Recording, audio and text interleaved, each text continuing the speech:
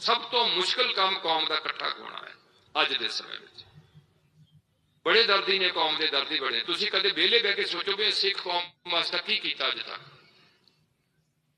जिहड़ा मैं सिख लिखदा आ, मैं अपने घरां दी कोठी बनाउण नूं यतन कीता, मैं मुंडे नूं बाहर भेजण दा यतन कीता, मैं कुड़ी दा किसी चंगी थां ते रिश्ता लाउण दा यतन कीता, मैं फसल ज्यादा उगाउण दा यतन कीता, मैं चंगी गड्डी रखण दा यतन कीता, पर मैं सिख कौम वास्ते की कीता?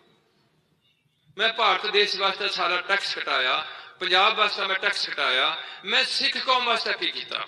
मैं अपने पिंड वास्ते की भलाई का काम किया? कि पिंड च दफाड़े पाए, कि पिंड च लड़ाई करवाई है, कि पिंड में एक दूजे को पैसे खर्चा के उन्हें उठाने पजाया? आ काम मेरे, जे मेरे ऐसे काम ने ते मेरी किते भी ढोई नहीं होएगी। अज दुखी होए पे इस करके गुरु प्यारिओ इन्नी बेनतियां करते हैं, जे मेरी किसी भैन मेरे किसी भरा